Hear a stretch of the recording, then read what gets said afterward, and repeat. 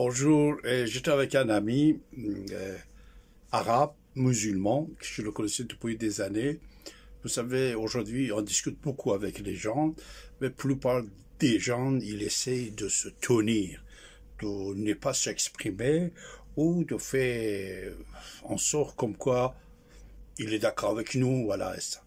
Avec cette personne, j'ai constaté certaines choses, j'ai insisté, après j'étais obligé de le dire que moi je pense que toi tu es intégriste et tout ça que tu dis, tatati.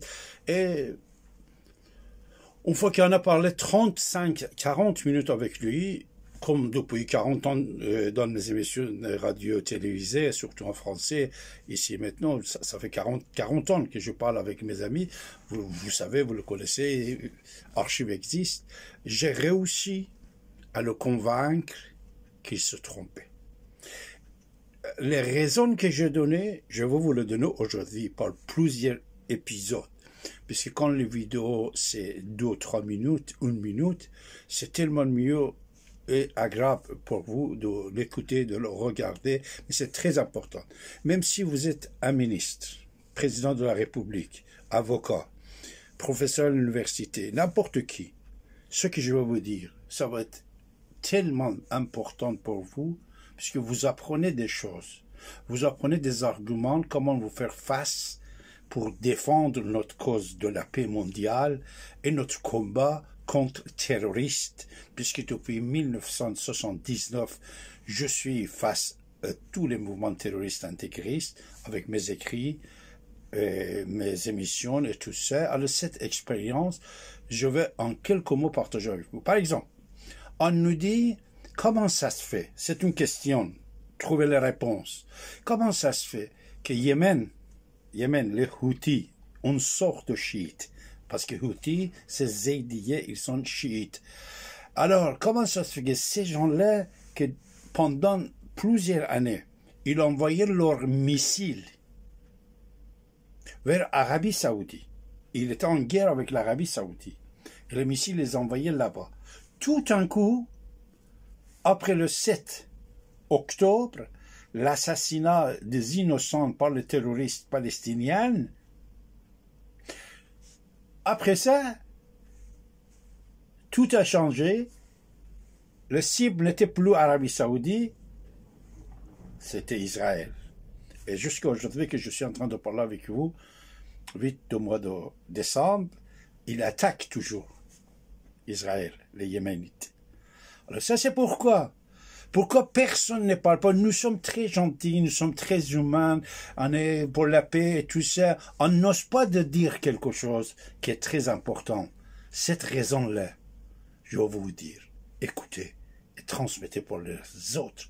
Comment ça se fait que le peuple israélien, par des millions, ne doit pas dormir la nuit, il doit chercher des refuges. Vous savez la misère qui existe en Israël depuis 2 ans. Ah, ça, vous le savez. Alors, de l'autre côté, pendant toutes ces années-là que les missiles étaient envoyés vers l'Arabie Saoudite, on n'a pas entendu, on n'a pas vu à la télé ce qui se passait, mais tout d'un coup, le cible a changé. Les Juifs, l'Israël, il est devenu victime, bien sûr, c'est victime, encore pire de ceux qui lançaient vers l'Arabie Saoudite. Ça, c'est une question que je veux vous répondre. Et vous ne devez pas rester comme ci, comme ça. Comme Elon Musk, comme Bennett, comme la plupart des dirigeants du monde, vous devez cibler celui qui soutient le terrorisme mondial et les intégristes depuis des années. Vous devez avoir le courage de dire, comme les autres ils ont dit. Surtout Bennett, c'est le seul homme politique que il a crié et il a parlé. Il a dit c'est le Grande-Bretagne. Même il est en direct avec BBC en train de l'interviewer. Il a dit, mais moi je vais vous donner aujourd'hui des raisons. Écoutez les raisons que je vais vous donner. Voilà, c'est la deuxième partie. Je vais vous poser la question. Vous êtes n'importe qui, de personnalité, professeur à l'université, je ne sais pas qui, journaliste, une question, répondez. Les ayatollahs iraniens, le clergé chiite, c'est créé par qui et comment? Vous ne le savez pas. Vous ne le savez pas. C'est pour ça. Chiisme, le chiisme alawite, Bachar Assad. Le chiisme, Ali Khamenei. Houthi, chiisme, le Zaydiyya. C'est fabriqué par qui? C'est par qui? Surtout le chiite iranien, il est fabriqué par qui? Parce qu'ils ne sont pas musulmans. Le chiisme, ce n'est pas l'islam. L'islam, c'est l'Arabie Saoudite, c'est Rajab Tayyip Erdogan. Mais c'est une autre sorte de l'islam. C'est pour ça qu'ils ne sont pas d'accord ensemble. Vous voyez? Chiites, sunnites, wahhabites. Alors, juste au moment que la Turquie était une grande puissance mondiale à l'époque ottomane, les Européens, surtout Grande-Bretagne, les Européens, ils décident de fabriquer une force dans le quartier contre la Turquie. Et ils vont aller voir l'Iran, ils vont fabriquer le chiisme. C'est une très longue histoire, vous devez lire l'histoire pour le savoir. Alors les Britanniques, ils sont fabricants de chiites safavites. Après, il y en a alavites, c'est tout ça, c'est la même chose. C'est premièrement. Deuxièmement, c'est qui a fabriqué, qui a créé le clergé chiite, les ayatollahs.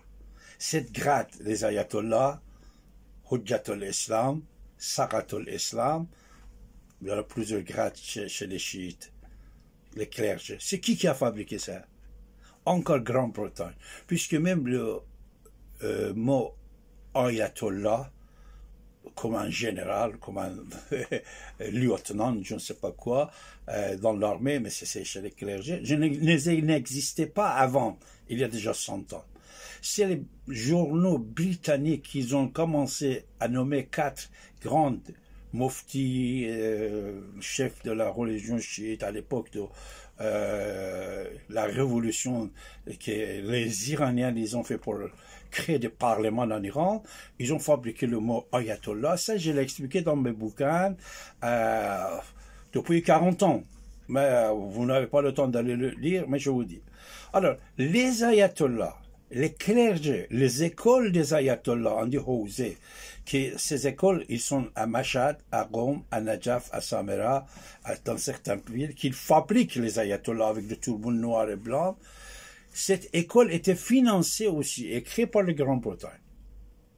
À l'époque, il y a déjà 100 ans, il y a une femme qui tient un cabaret en Inde, côté chiite, côté musulman. On dit cette femme, elle est morte.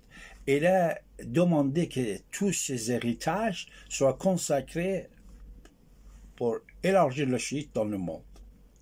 Ça, c'est un mensonge. C'est le finance cachée pour fabriquer les écoles des ayatollahs en Irak, en Iran. Ils ont fabriqué et ils ont laissé pousser, commencer, etc., etc. Alors, il y a Atatürk en Turquie et Reza Shah, le père de Shah d'Iran, en Iran, qu'ils vont venir à l'époque, ils vont écraser cette clergé chiite ou sunnite, parce que celle de la Turquie, ils sont un peu différents avec les autres sunnites. Ils croient à 3 imams chiites aussi, Ali, Hassan, Hussein. Quand vous allez dans les mosquées en Istanbul, dans tous les pays en Turquie, vous allez voir dans toutes les mosquées, il y a à côté de nom Abu Bakr, Omar, Osman, le calife, il y a aussi 3 noms des chefs chiites, Ali, Hassan, Hussein, c'est-à-dire l'islam de la Turquie n'est pas la même chose que l'Iran, et n'est pas la même chose que l'Arabie Saoudite. Voilà, l'Iran, il est plutôt lié avec Hezbollah libanais, les chiites, les arabites de la Syrie, Bachar Assad et l'autre qui étaient chutés, et le Houthi, c'est Zaydiyya. Alors, cette clergé chiite qu'ils ont fabriqué, les Britanniques, ils mettent pousser pour l'utiliser un jour. C'est maintenant qu'ils l'utilisent, et je vais vous dire pourquoi et comment.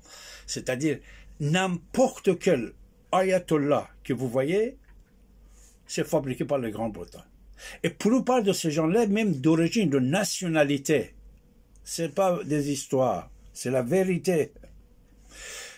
Pour la plupart, étaient d'origine, de nationalité britannique, comme le grand-père d'Ayatollah Khomeini. Ayatollah Khomeini, si vous enlevez avec intelligence artificielle son barbe, vous allez voir que son visage, c'est un visage occidental britannique, n'est pas bronzé. Et premier fondateur de chiites, il y a déjà 300 ans en Iran, il s'appelait Majlesi. Majlesi également était un Britannique qui apprend la langue persane, etc., etc., après lui, une famille que ça. C'est-à-dire, ça aussi, vous devez savoir que pour la plupart des ayatollahs, même leur nationalité, c'est iranien. Actuellement, nous avons des ayatollahs, même français. Il y en a quelqu'un que je le connais, c'est un ami, je ne vais pas citer son nom, il est à Mashhad. Il est devenu ayatollah même. Mais, oui, même j'ai rencontré ces gens-là à Beyrouth, à Damas, à l'époque, qui venaient de Portugal et tout ça, parce qu'ils disaient comme ça un peu mieux. Ah, je ne veux pas entrer dans les questions d'espionnage, de contre-espionnage, mais aujourd'hui, je veux vous dire, chez Israël, les Juifs, ils sont victimes de l'antisémitisme britannique, que personne n'ose pas de le dire. Comme personne n'ose pas de dire comment Jeanne d'Arc était assassiné, comment brûlé, et comment Napoléon, etc., etc., et tous les conflits qu'il y a avec Britanniques, les Britanniques, ils ont eu. Suivez toutes ces petites émissions très courtes. Alors, concernant Grande-Bretagne, qui est d'origine de tous ces conflits-là, vous devez savoir, vous avez oublié, hein? Vous avez oublié. Vous devez savoir que quand on a voté aux Nations Unies la création d'État d'Israël, il y a certains pays, plus de 20 pays qui n'ont pas voté. Parmi ces pays-là, c'était Grande-Bretagne qui n'a pas voté. Alors, vous allez me dire, mais David, écoute, Grande-Bretagne, abstention. Abstention. Nous ne sommes pas des imbéciles, nous. Abstention, c'est encore pire de ne pas voter. Ou voter négatif. Celui qui vote négatif, il frappe, il dit, voilà, non. Mais celui qui dit, il cache quelque chose. Et ce que les Britanniques, ils cachent derrière l'antisémitisme britannique depuis des années. Il était tellement grave qu'ils n'ont pas voté non, mais c'était abstention, puisque tous leurs esclaves, les pays colonisés de l'époque, colonisés par la Grande-Bretagne, ils ont voté non. Mais eux, ils n'ont pas voté non, abstention, pour pouvoir jouer comme ils jouent actuellement, comme ils jouent, double face. Moi, j'ai donné une conférence, j'ai animé un dîner-débat il y a déjà des années. Dans ce dîner-débat, il était présent également Roland Dumas, l'ancien ministre des Affaires étrangères, l'homme fort de la France à l'époque de François Mitterrand. Mais vous êtes plus pas en Arabie Saoudite, même les protestants clergés en Grande-Bretagne, parce que vous savez, la France est un pays laïque. C'est le seul pays laïque en Europe. Mais les Grande-Bretagne, c'est un pays religieux. Je vais vous donner quelque chose que peut-être vous ne saviez pas. Même Ben Laden, la famille Ben Laden, était associée avec George Bush. En 1947, à la suite de tout ce qu'on avait vécu, la guerre, les camps, les malheurs du peuple juif, l'émancipation du tiers-monde, des pays arabes en particulier, l'ONU avait décidé de les deux États. Alors, pour des raisons qui ont été dites, on a créé l'État d'Israël et on n'a pas créé l'État palestinien. Votre tête a été détournée contre Roland Dumas et tous les hommes politiques, l'homme d'État français, que les Britanniques ils ont essayé de le détruire. Ne soyez pas maniaque en disant que David, c'est quoi Bretagne. C'est la vérité. Aujourd'hui, je suis en train de vous dire. Vous n'avez même pas un homme politique. Parce que tout ce qu'ils ont fait, les Britanniques, qui sont en train de le faire, vous savez, ils le mettent au nom de Juifs. Il le fait signer par les Juifs. Il dit c'est les Juifs, chez les Juifs, chez les Juifs. Les ayatollahs, depuis leur révolution noire jusqu'à aujourd'hui, ils ont massacré, tué énormément de gens. Et de l'autre côté, il y avait une guerre aussi cachée contre eux, comme Saddam Hussein, comme tout ça. Et tous les pays arabes, il a aidé Saddam Hussein. Mais il dit c'est les Juifs. Pourquoi les Juifs, ils ont aidé l'Iran dans la guerre Iran-Irak. Dans la guerre Iran-Irak, si Israël n'aurait pas aidé l'Iran contre Saddam Hussein, l'Iran était détruit. Mais personne ne vous dit pas ça. Tous les propagandes qu'ils font, les Britanniques, dans leurs médias, et dans la bouche, les bouches des ayatollahs, des antichrist, c'est les Juifs. C'est les Juifs qui ont fait la guerre, c'est les sionistes. Non. Leurs ennemis, c'était les Arabes. J'ai des documents sortis de secret britannique comme quoi il dit nous devons faire chuter le Shah d'Iran et grandir Arabie Saoudite, puisque avec Arabie Saoudite on peut mieux s'entendre.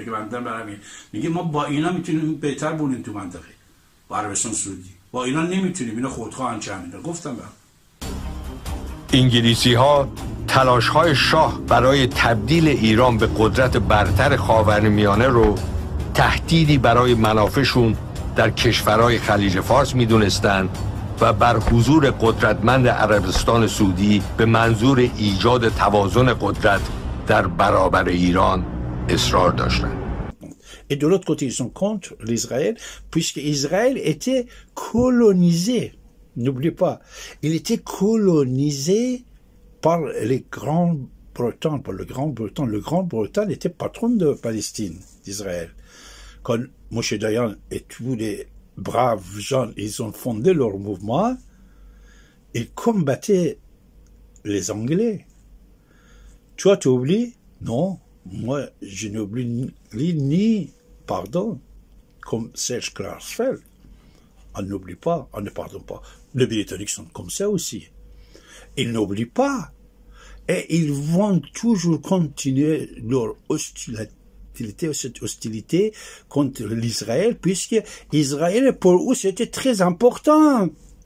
Économique, social, politique, mondial, dans tous les plans. Parce qu'ils ont peur de l'Israël. Écoutez même l'accord d'Abraham. C'est les Britanniques qui vont perdre énormément de champs économiques dans le monde entier. C'est les Grands-Bretagne. Vous voyez cette photo-là? Cette photo-là, c'est le frère des héritiers de Grande-Bretagne. C'est la photo de prince. C'est le fils du roi Charles de Grande-Bretagne. Nazi. Il était fier. Il a changé d'avis. Comme le Grande-Bretagne n'a pas changé d'avis, il est toujours hostile à l'État d'Israël, mais il joue avec les autres marionnettes qu'il a. Ça aussi, c'est antisémitisme qui existe. Vous voyez, il le montre comme ça. Mais vous avez pu constater, allez-y, lisez, dire ça aux gens. Roland Dumas, je ne vous ai pas dit, je vais vous dire. Lisez ça.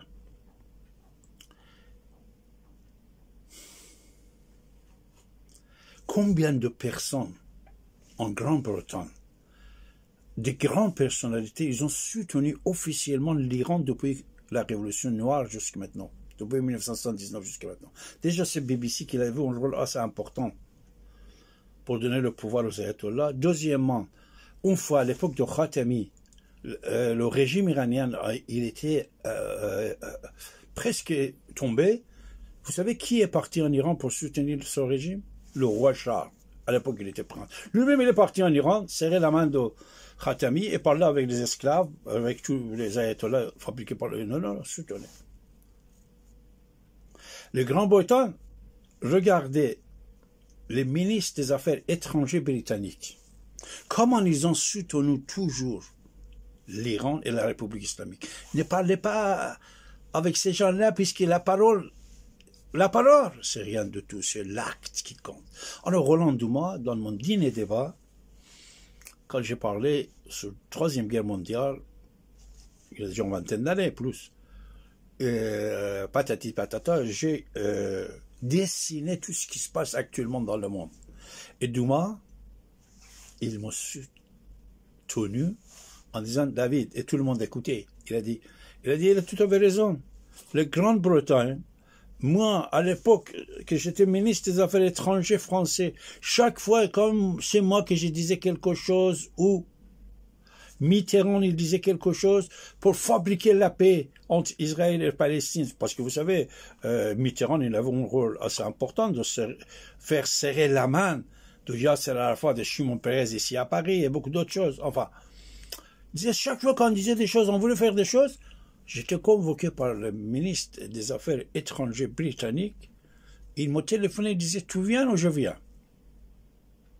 Il y a là sur l'internet, vous pouvez écouter. Et il disait, écoutez monsieur, ça, ce n'est pas votre domaine. C'est-à-dire Israël-Palestine, vous n'entrez pas.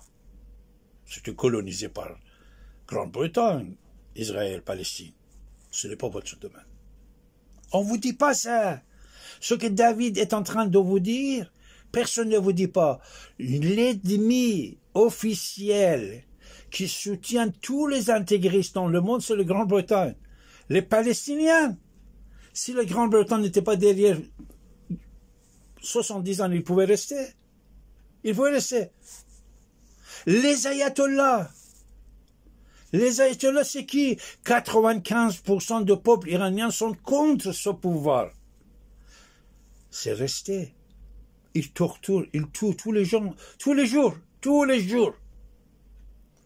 Quelle force est derrière lui? Grande-Bretagne. C'est Grande-Bretagne. Je vais vous raconter une histoire très importante. Écoutez, je vais vous raconter ça.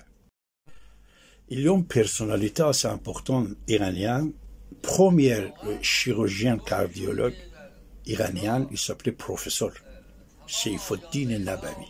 Il avait presque 90 ans, il est mort ici à Paris. C'était mon ami. Je l'avais interviewé plusieurs fois. Il m'a confié plusieurs secrets sur l'internet disponible. Tout ce que je vous dis, vous pouvez aller écouter.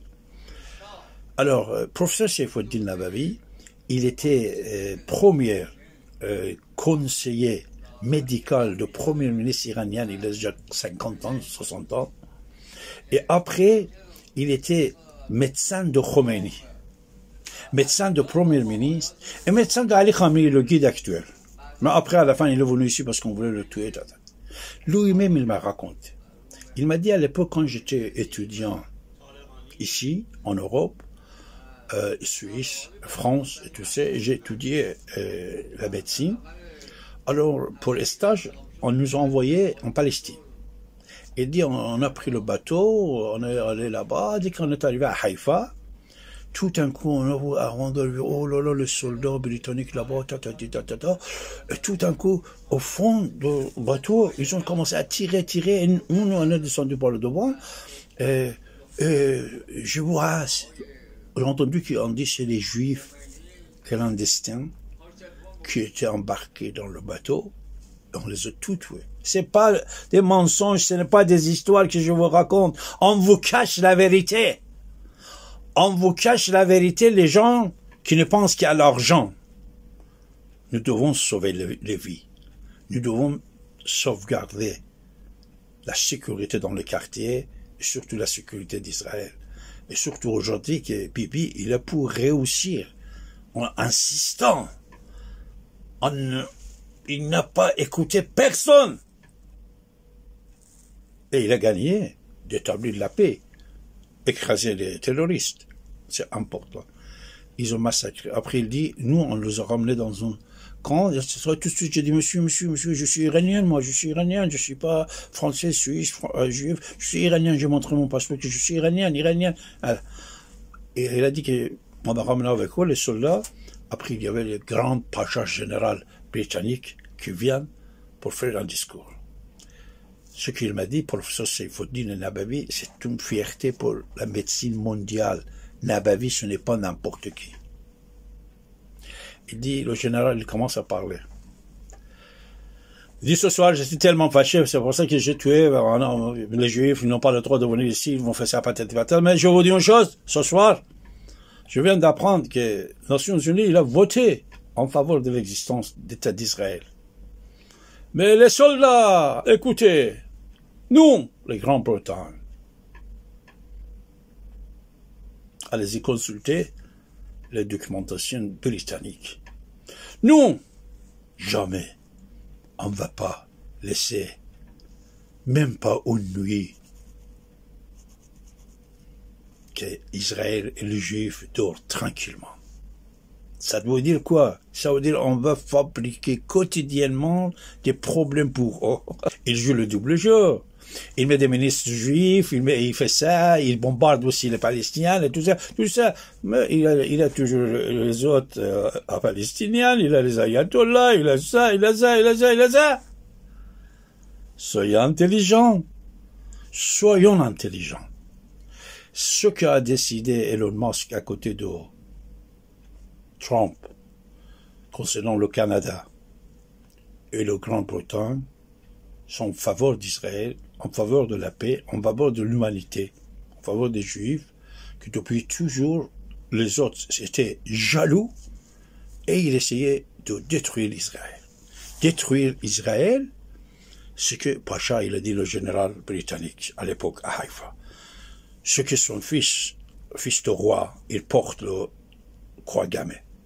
Ce que plusieurs des hommes politiques britanniques, ils soutiennent et ils ont aidé officiellement, ils étaient jugés même en Grande-Bretagne. Et ils ont travaillé pour les Iraniens. Ayatollah, pas les Iraniens, allez-y, regardez. Plusieurs personnalités, les ministres, le premier ministre, ils ont travaillé comme avocat, comme animateur de la radio, télévision, comme analyse. Soyez intelligents. Soyez intelligents. C'est le jour qu'on doit mettre fin à cette hostilité, malheureusement, qui depuis des siècles. En plus, je vous dis d'autres choses, écoutez la suite, c'est comment il crée, parce qu'il faut les idées pour créer cette haine chez les ayatollahs, chez certains musulmans. Ça, je vais vous dire. Écoutez bien. Alors, les ayatollahs, comme je vous ai dit, c'était fabriqué par les Grande-Bretagne, Après, il y en a un ayatollah iranien. Le turban, il est blanc. Les turbans blancs, c'est des Iraniens. Mais le turban noir, c'est 100% arabe, puisqu'ils sont descendants de Mahomet. Il était, ce monsieur-là, ministre de l'espionnage et contre-espionnage d'Iran. Il s'appelle Moslehi. Lui-même, il dit les Britanniques, ils sont tellement malins, plus malins que Mossad, plus malins que CIA, puisqu'ils réussissent d'infiltrer même chez nous en fabriquant des mouvements politiques et en fabriquant des ayatollahs. Et ils citent une partie politique iranienne qui s'appelle Anjuman Hojjatiyeh. Ce sont maintenant c'est Jebheye Paydari, Front de Résistance et beaucoup d'autres. Il dit ça c'était fabriqué par les Grands-Bretons. Alors ce mouvement-là qui lui il cite et il dit que c'était fabriqué par les Britanniques depuis des années, hein, à l'époque de Shah d'Iran. Ça c'est très important parce ce sont eux qui ont le pouvoir. Ils ont tué tous les gens, massacré, tout ça, et ce sont eux. Et leur slogan, c'est le Mahdi va venir. C'est le Moshe, on dit, Jésus, il va revenir. Cette histoire-là, il dit Mahdi va venir nous sauver, mais avec une idéologie et argument très réactionnaire. Et tous les gens qui parlent, parce que vous savez qu'on dit, on va libérer le Quds. Pourquoi? Puisque Imam Zaman, Imam Mahdi va venir. Mahdi, c'est le 12e imam chiite, il a disparu, il est mort. Mais ils disent qu'il a disparu, qu'il va venir. C'est-à-dire, ils ont décidé comme ça, fabriquer des partis politiques, fabriquer des ayatollahs. À côté, il faut idéologie. Quelqu'un qui est musulman, comme les chrétiens. Aux chrétiens, qu'est-ce qu'ils disent? Voir les autres, ils vont vous dire, oui, c'est les Juifs qui ont tué Christ. Ils ont tué Christ. Ils ne disent pas que c'est les Roms. Non, c'est grave. Alors, aux musulmans, qu'est-ce qu'ils ont dit? Parce qu'ils ont, vous savez, ils ont des islamologues et des chercheurs, monsieur l'ambassadeur, bonjour monsieur, de Grande-Bretagne en Iran, il parle comme moi personne. La langue persane. Les plats iraniens. Culture, civilisation iranienne. Et pendant des années, il était là-bas employé de l'ambassade, et actuellement, il est ambassadeur. En partie, ils sont très contents, mais ils sont comme ça. Ils connaissent la langue, ils connaissent l'histoire, ils connaissent la civilisation, ils connaissent tout, il invente. Même, il y a énormément de choses qui s'étaient inventées dans l'islam par les gens qui étaient d'origine britannique, mais ils disaient qu'il était musulman, il était chef religieux, que c'est une autre histoire. Alors, c'est pour ça, mes chers amis, c'est très important de savoir que comment il peut tourner la tête des gens contre les Juifs. Vous savez, Mahomet était assassiné par une femme juive. Moi aussi, je dis ça dans mes émissions en iranien. J'ai dit que Mahomet, puisqu'il voulait attaquer l'Iran, il voulait attaquer l'Iran, le service de renseignement iranien, il va envoyer quelqu'un pour tuer Mahomet. On le tue. Mais l'histoire qu'il fabrique, c'est quoi? C'est une femme qui était juive. Alors, même si c'est une femme juive qui a tué Mahomet, ça ne veut pas dire que c'est les juifs. Combien d'avocats juifs, ils défendent les terroristes? Vous voyez? Après, il dit, les autres califes, moi j'ai dit toujours, les autres califes, tous étaient assassinés par les Iraniens. Mais il dit, non, c'est les juifs qui ont assassiné les califes. C'est les juifs. C'est le juif. Alors, n'importe quel musulman qui entend ça, il va devenir contre juif. Mon prophète s'est été tué par eux. Et c'est les universitaires d'origine britannique dans l'histoire. Je suis un historien. Je suis un chercheur. Je suis un écrivain. Je suis un islamologue. Ce que je vous dis, c'est l'histoire. C'est la vérité. Ce n'est pas des histoires. Je vous raconte pas n'importe quoi. C'est l'histoire. Regardez le Grande-Bretagne, les sièges universitaires qu'il a concernant l'Iran. La France, il n'a rien de tout. La France, même Israël, jusqu'il y a déjà quelques années, malgré que le président de la République était iranien, il n'avait rien de tout. Mais le Grande-Bretagne, les a regardés, ce n'est pas seulement l'Iran, pour tous les pays, mais l'Iran surtout. Fabrication de chiites. C'est très important. Suivez tous les petites émissions que j'ai fait à ce sujet-là. Qui est l'ennemi d'Israël? Qui est l'antisémitisme? Qui soutient l'antisémitisme dans le monde? C'est les Grands-Bretons. Les ayatollahs iraniens avec un clan d'œil, ils peuvent partir. Tout le peuple est contre eux. Mais tous les habillements ayatollahs que vous voyez en Iran, c'est les soldats de Grande-Bretagne. Tous les slogans anti-Israël, anti-sionistes, anti-juifs, ils prononcent de la part de la haine de ce que M. Général Pacha, à l'époque, il a dit à Haïfa que le fils du roi Khouagamé, soyons intelligents, ayons le courage. Ayons le courage. Je vais vous dire une dernière chose concernant Eli Barnavi, l'ambassadeur d'Israël en France. Ça aussi, c'est très important. Oui, monsieur l'ambassadeur, pour savoir que le Grande-Bretagne est derrière tous les coups antisémitistes et toutes les guerres et tout ça, je vous ai raconté des histoires, vous devez écouter tous les autres numéros. Alors une fois, quelques semaines avant que Yasser Arafat mort, j'avais le plaisir et l'honneur d'avoir comme invité à la radio monsieur l'ambassadeur Eli Barnavi. Il était en poste, il était l'ambassadeur. On a parlé sur plein de choses, surtout j'ai dit, est-ce que l'époque de Yasser Arafat s'est terminée? Ça veut dire qu'il va partir. Il a hésité de répondre patati patata. C'est un grand diplomate, historien, écrivain que je respecte beaucoup, Eli Barnavi. Alors, dernière question. Monsieur l'ambassadeur, malgré tout ce qu'on vient de dire depuis 30-40 ans, le débat qu'on a eu ensemble, tout ce qu'on a parlé, tout ça, alors, vous savez alors que c'est le Grand-Bretagne qui est derrière tout ça, parce qu'on fait aussi en avant une réunion avec les Shahid palestiniens, qu'on a parlé à ce sujet. Alors, j'ai dit, monsieur l'ambassadeur, on sait que pour la plupart de ces choses-là qui passent contre Israël, contre les Juifs, c'est Londres qui est derrière. Alors, il a dit, David, alors pourquoi vous ne faites rien de tout? Alors il m'a dit, parce qu'il est très aimable, diplomate, poli, un homme d'État. Et le Barnavi, il a dit, écoute David, déjà nous avons un ambassadeur en Grande-Bretagne. Tu dois poser cette question à lui. Mais, je vais te répondre deuxièmement, écoute David, nous sommes entourés d'ennemis. Entourés d'ennemis. autour d'Israël. C'est vrai, il a raison. Même si aujourd'hui quelqu'un signe un accord, cet accord, puisqu'il sait ça va être dans ses intérêts à lui. Comme ici, quelqu'un il a des problèmes juridiques, problèmes comptables. Oh, tu connais pas un comptable juif? Tu connais pas un avocat juif? L'autre jour, on était là-bas après ministre Éric Dupont-Aignan, ministre de la Justice Éric Dupond-Moretti, monsieur le ministre, est en train de parler. Un autre avocat, lui aussi juif, il l'attaque. Pourquoi? Puisqu'il a défendu les criminels juifs, anti-juifs. Il a défendu les terroristes anti-juifs. L'autre avocat était contre lui. C'est-à-dire, quand ils ont besoin, ils cherchent les juifs parce que les juifs, ils travaillent bien.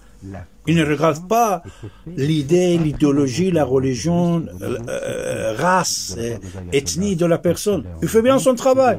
C'est pour ça si de temps en temps il embauche certains individus ou n'importe quel endroit c'est juif, ça ne veut pas dire que tout le monde pense comme lui. Alors, Elie Barnavi, il m'a dit David, on a entouré d'ennemis. Alors déjà, laisse-nous nous arranger, nous continuer à nous battre avec nos ennemis qui sont autour de nous, ou même chez nous. Alors pour aller en Grande-Bretagne, on ne va pas créer un autre. Ben, j'ai gardé le respect pour Éric Barnavi, je n'ai rien dit. Mais aujourd'hui, Bennett et les autres pouvoirs en Israël, ils ont déjà compris. Ils disent non. La tête de serpent, on doit le couper. La tête de serpent, c'est l'antisémitisme. En Grande-Bretagne historique, la création d'Israël et tout ça, la jalousie, et les ayatollahs iraniens. Les ayatollahs iraniens, que eux, comme le Britannique, pensent que Mohamed s'était tué par patata.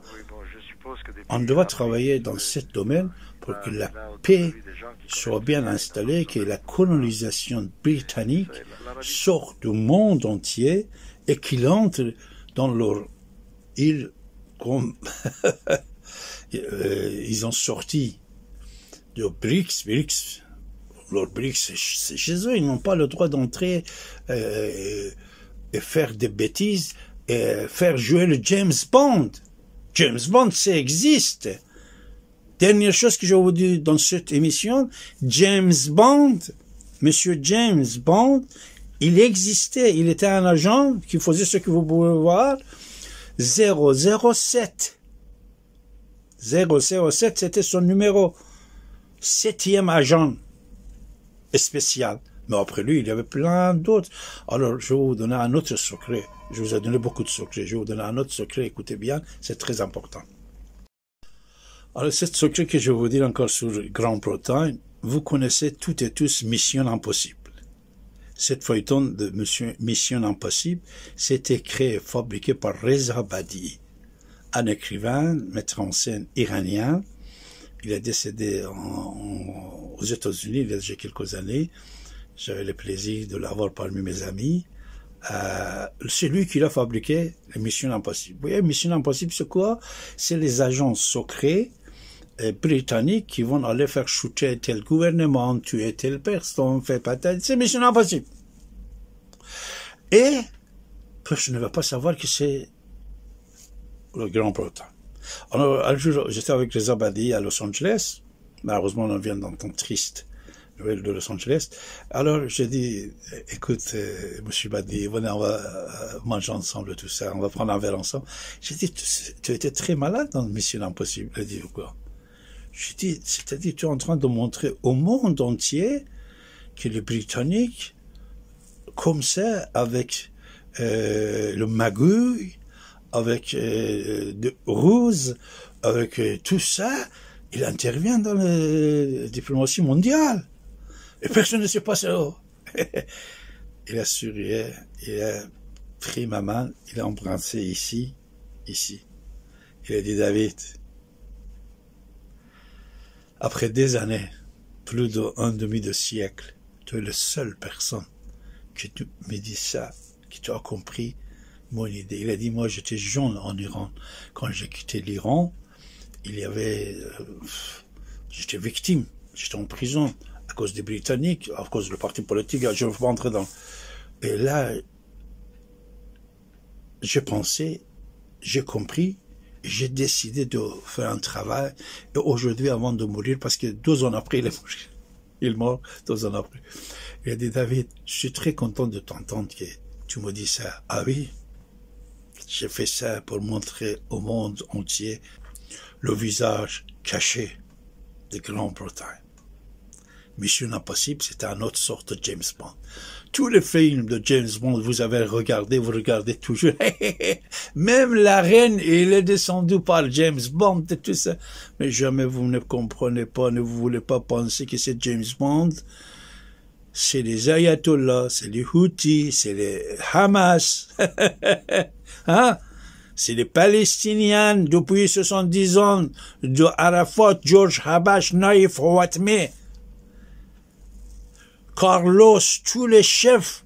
Mais ce n'est pas Grande-Bretagne qui directement il finançait tous ces mouvements.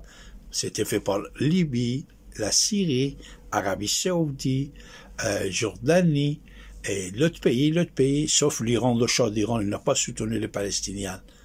Et c'est les Palestiniens qui sont participés dans la révolution islamique d'Iran, ils ont fait gagner. Et c'est les Palestiniens qui ont assassiné plusieurs personnalités iraniennes, y compris Dr Kourosh Aryamanesh ici à Paris, l'ancien ministre d'éducation iranien, mon ami, Aryamanesh, et beaucoup d'autres personnes, s'étaient tués ici par les Palestiniens, par le Hezbollah libanais, mais sous le compte de la République islamique d'Iran. Anis Nagash, il a tué des policiers français, il voulait tuer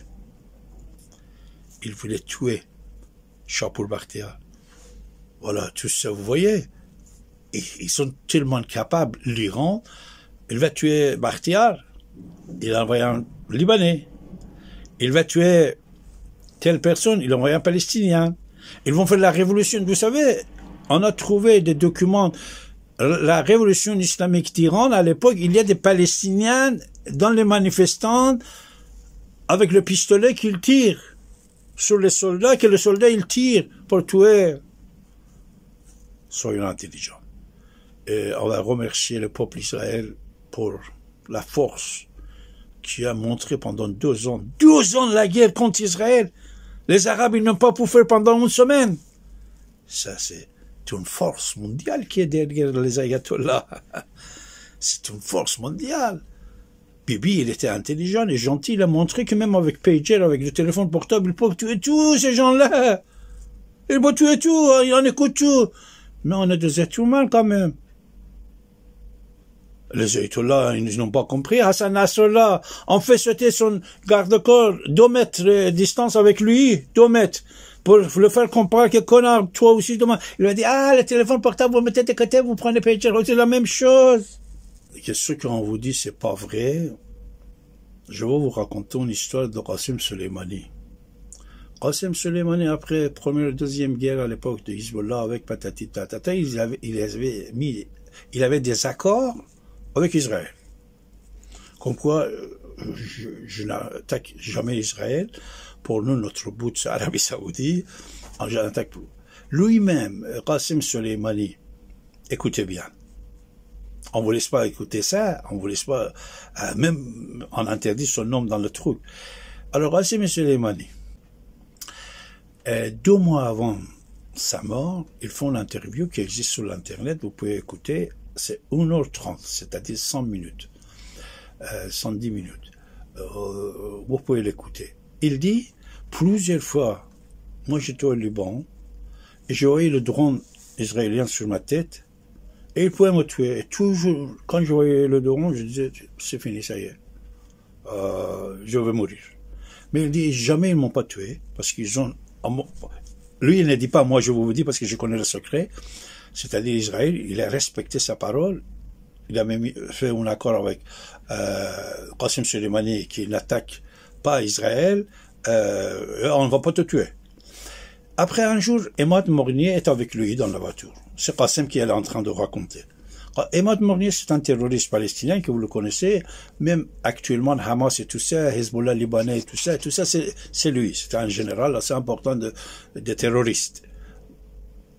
Qassem Soleimani, il dit que moi, je suis dans la voiture avec Emad Mornier, j'arrête pour aller faire, excuse-moi, pipi, dehors, je m'éloigne de 2 minutes de la voiture, et il est dedans, il dit, un drone, il vient, tac, il frappe, Qassem, il frappe Emad Mornier est tué, est mort. Mais ils n'ont pas tué Qassem Soleimani, c'est le respect des accords. Ils ont fait des accords, Israël les a respectés. Autre chose que vous ne savez pas, cherchez sur l'internet, vous allez le trouver, monsieur le président Donald Trump.